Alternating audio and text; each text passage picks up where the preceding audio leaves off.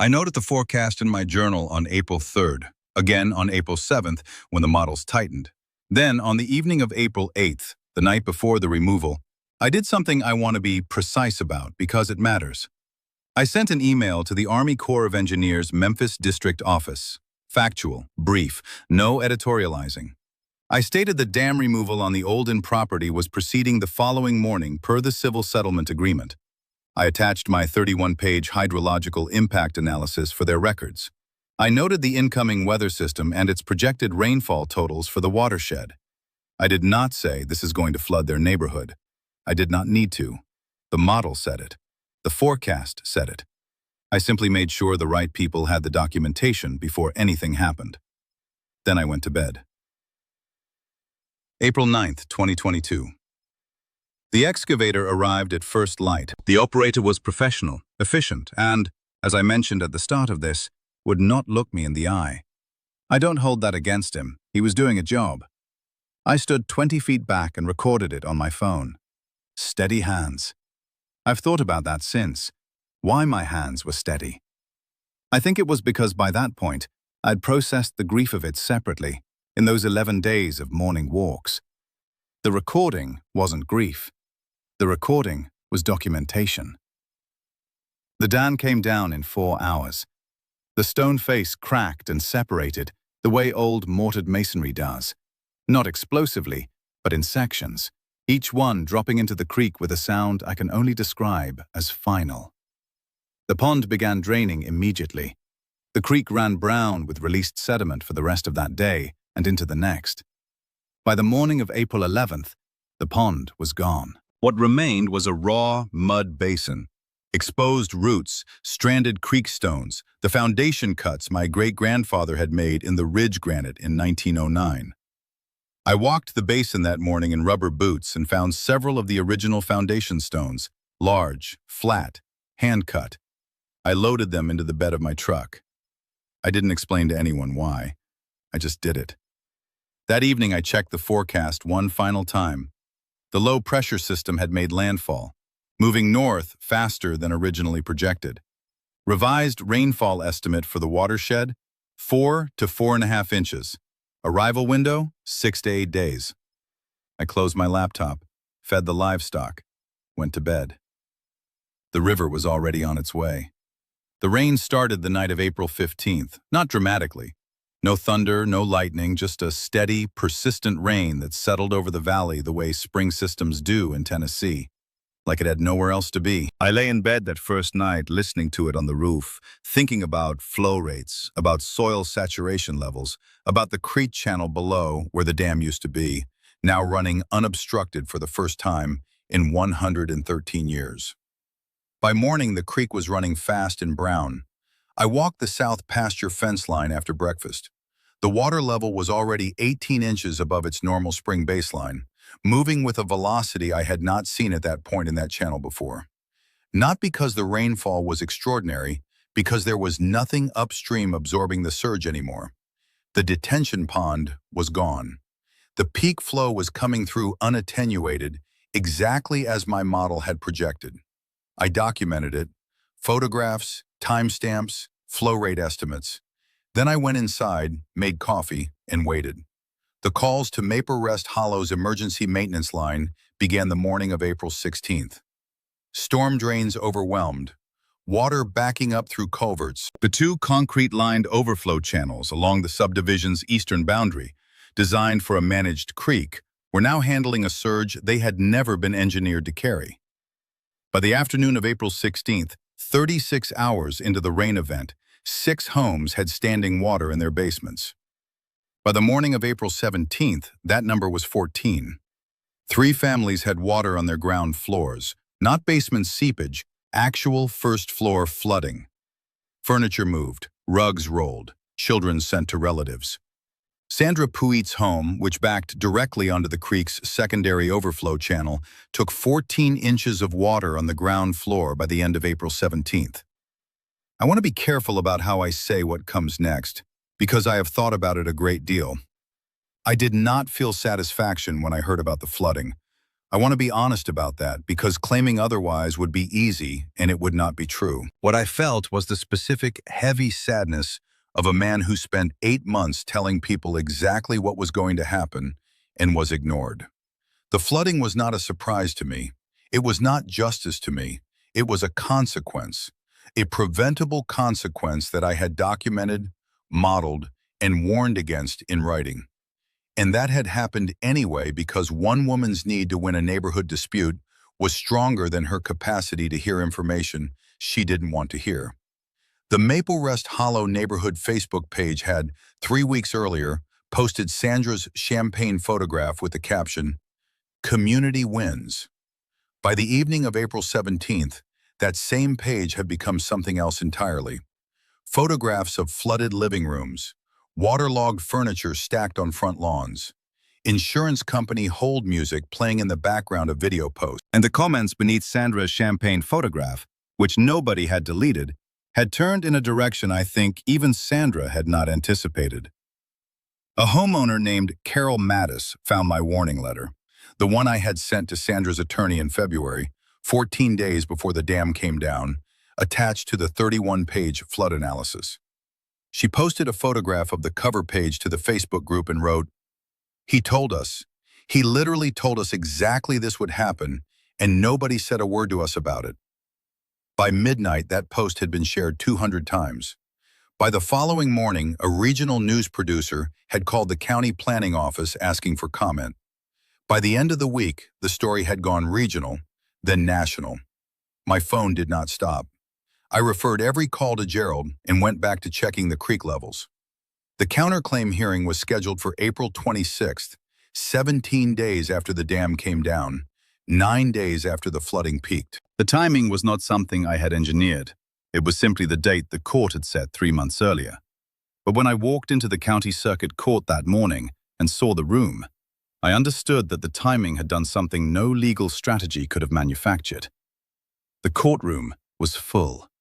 Not court watchers, not journalists, though there were 2 of those in the back row. Maple Rest Hollow homeowners. 14, maybe 16 of them, sitting in the public gallery with the particular tight-shouldered energy of people who have spent the last 10 days pulling wet drywall out of their walls and are now sitting 15 feet from the woman they hold responsible for it. Sandra arrived with her attorney. She sat down without looking at the gallery. Gerald arrived with 4 binders, a laptop, and a single printed photograph placed face down on the table in front of him. I knew what it was. Sandra's champagne post. Exhibit 23, entered into the record 2 weeks earlier as documentation of the HOA's public characterization of the dam removal as a community victory. I sat beside Gerald and put my hands flat on the table and waited. Judge Harlan Beckett has been on the bench in this county for 19 years. He is a former agricultural commissioner who grew up 40 miles from this courthouse. He is not a man who enjoys having his time wasted, and he makes no particular effort to conceal this. He reviewed the filings for 4 minutes in silence. Then he looked up.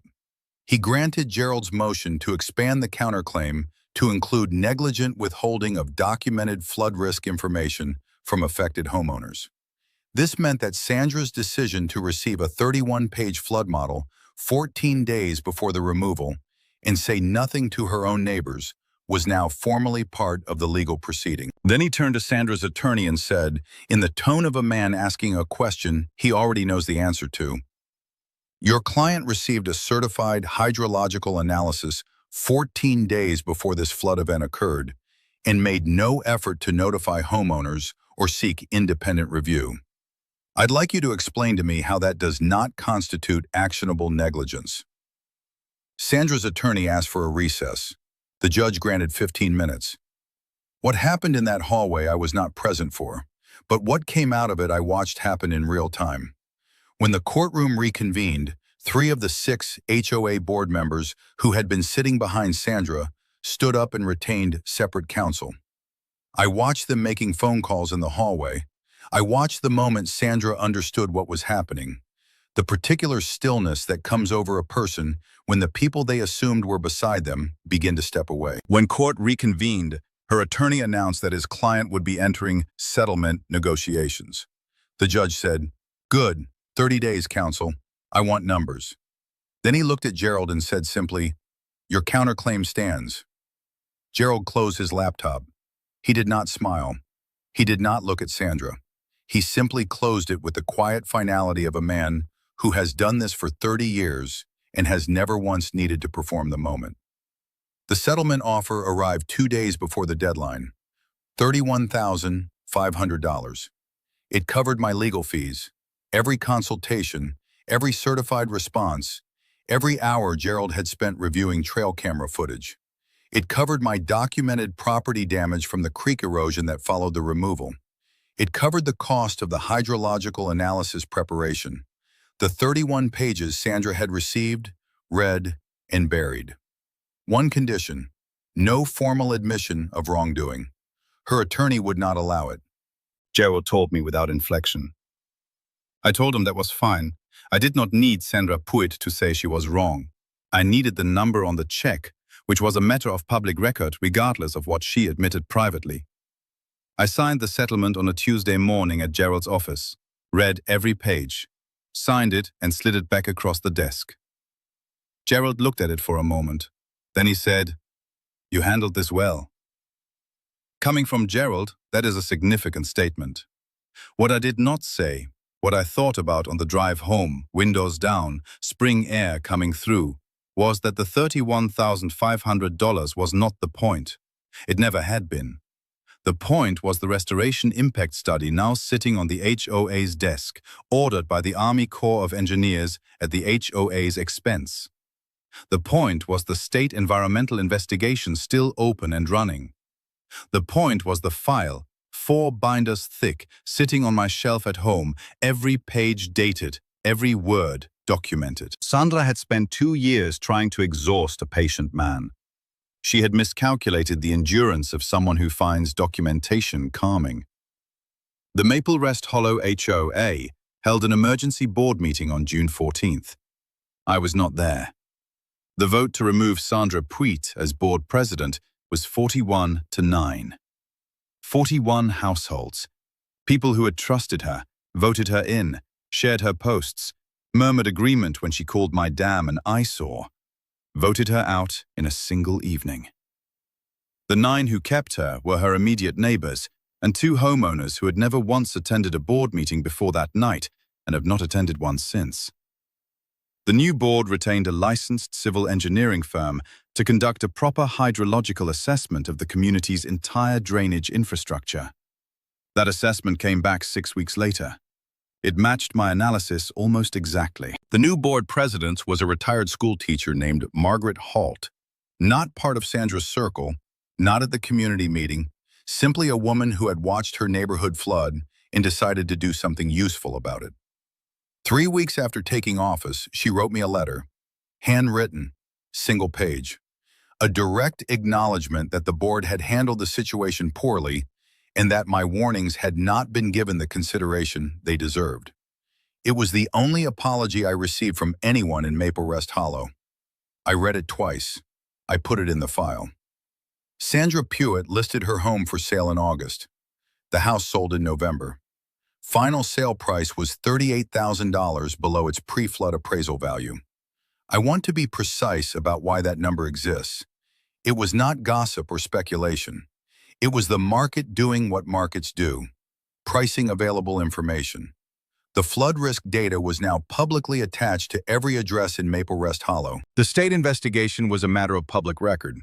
The restoration impact study requirement was a matter of public record. Any buyer with a competent realtor knew exactly what they were purchasing and priced accordingly. Sandra had spent 2 years trying to eliminate a structure she called a liability. In doing so, she had created an actual, documented, financially quantifiable liability, not on my property, but on her own. I don't say that with satisfaction. I say it because it is the clearest possible illustration of what happens when you make decisions about systems you do not understand. The river did not punish Sandra Puit. The river simply behaved according to its nature. Sandra had removed the one thing standing between its nature and her mortgage. The USDA, Natural Resources Conservation Service, approved my restoration grant in July. I had applied for it quietly 4 months earlier, before the settlement, before the courtroom, before any of the public attention. It was not a dramatic gesture. It was simply the next logical step in a sequence I'd been planning since the morning I watched the dam come down. The grant, combined with the settlement funds, gave me enough to rebuild properly. I hired a contractor named Earl Briggs, who had spent 30 years doing creek restoration work across 3 counties. He walked the removal site with me on a Tuesday morning in August and didn't say much for a long time. He looked at the exposed creek bed. He looked at the foundation cuts in the ridge granite. He looked at the erosion the 9 weeks since removal had already carved into the south pasture bank. Then he said, "We can do this right." That was all I needed to hear. The design was straightforward by engineering standards. The modern concrete core poured behind the original stone face, stronger than a 1909 construction, built to current structural standards, with a properly engineered spillway and overflow capacity rated for a 100-year storm event. The concrete core would be invisible once the stone face was restored. It would look exactly as it had looked for 113 years. I insisted on using the original granite for the face restoration. Earl sourced matching stone from the same ridge formation, the same geological deposit my great-grandfather had cut from in the summer of 1909. Same color, same grain, same weight in your hands. And the foundation stones I had loaded into my truck bed on the morning of April 11th, the large, flat, hand-cut pieces my great-grandfather had shaped himself, those went back in first. I was there when Earl's crew set them. I didn't make a production of it, I just watched. Earl glanced at me once. I nodded. That was the extent of the ceremony. It took 11 weeks. I will not pretend those weeks were easy to watch. Construction is inherently destructive before it is restorative. There were days the creek bank looked worse than it had the morning after the removal. There were days the concrete forms and excavated channel and equipment tracks through the lower pasture made the property look like a wound. But I had learned something in the prior 2 years about the relationship between patience and outcome. I had learned that the process does not always look like what it is becoming. I kept my notes. I checked the creek levels. I waited. On the morning the pond reached its original level, I was standing at the bank when it happened. There is no dramatic way to describe it. The water simply rose slowly over the course of a day until it found the line it had held for a century and settled there. Still, reflecting the tree line and the ridge and the early October sky. I called my sister. She drove up from Memphis that weekend with her 2 kids, my niece Maya, 9 years old, and my nephew Cal, 6. Neither of them had ever been to the farm when the pond was full. Cal did not wait to be invited. He walked straight to the bank in his shoes and waded in up to his knees before anyone said a word. Maya stood beside me, watching him. "Is it cold?" she asked. "It's always cold," I said, "even in July." She thought about that for a moment. Then she waded in too. I stood on the bank and watched them and did not say anything for a long time. I had told myself earlier that week that I was going to be matter-of-fact about this moment. That I had done a technical thing, restored a hydrological structure, completed a project, and that was all it was. I was wrong about that. It was not all it was. There is a photograph nailed inside the barn door that has been there since before I was born. Black and white, slightly overexposed on the left side where the summer sun was hitting the water. My grandfather, Edmund Olden, 1962, standing knee-deep in the pond. He is laughing. His whole face, not a polite laugh, but the kind that comes from somewhere unguarded and real. I have looked at that photograph hundreds of times over the course of my life. As a child, because it was my grandfather, and he looked happy. As an adult, because it was evidence of continuity, proof that this place had existed before me and would exist after me, and that I was simply the current person responsible for it. After everything that happened, I finally asked my aunt what he had been laughing at. She told me it was her. She had slipped on a mossy stone trying to wade in. 7 years old, went straight down, came up sputtering. She said Edmund laughed so hard he nearly went down himself. She was briefly furious, then laughing too, because it was impossible not to when he laughed like that. I never once thought about the dam the whole time I was growing up, she told me. It was just always there. The pond was just always there. I told her it would be now. She was quiet for a moment, then she said, "Good." I think about that conversation when I walk the creek in the mornings. The water running clean over the new spillway. The pond sitting level and still in the early light. The great blue heron that has taken up residence in the shallows on the east bank. Unbothered by everything, standing in the same 6 inches of water every morning like he has always been there and intends to remain. The land does not care about HOA resolutions or circuit court filings or neighborhood Facebook pages. The land cares about water. It has always cared about water. And water, given enough time and enough obstruction removed from its path, will go exactly where it intends to go. I built the dam back to make sure it goes there slowly. Here's what I want you to take from this, and I mean it as practically as I can say it. Documentation is not paranoia, it's preparation. Patience is not passivity, it's strategy. And silence is not ignorance. Sometimes silence is the sound of someone building a very thorough file. Sandra spent 2 years trying to exhaust a man who finds documentation calming. She miscalculated badly. Every letter she sent went into a binder. Every fine notice got a certified response with a specific legal citation. Every trespass got photographed. Every forecast got noted. Every warning got sent certified mail to the right people before anything happened.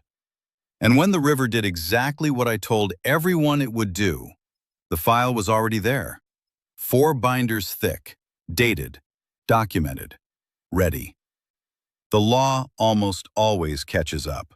The evidence always matters. And if you are inside a fight like this right now, with an HOA that decided your property was their jurisdiction, a neighbor who confused persistence with authority, a system that keeps rewarding the loudest voice over the most documented one, build the file. Read every page attached to your property, respond to every letter, note every date, do the work that the other side is betting you won't have the patience to do. My great-grandfather built that dam in 1909 with granite he cut from the ridge himself. It stood for 113 years. It's standing again, and the pond is full. If this story found you at the right moment, subscribe and stay with us. There are more of these. There always are.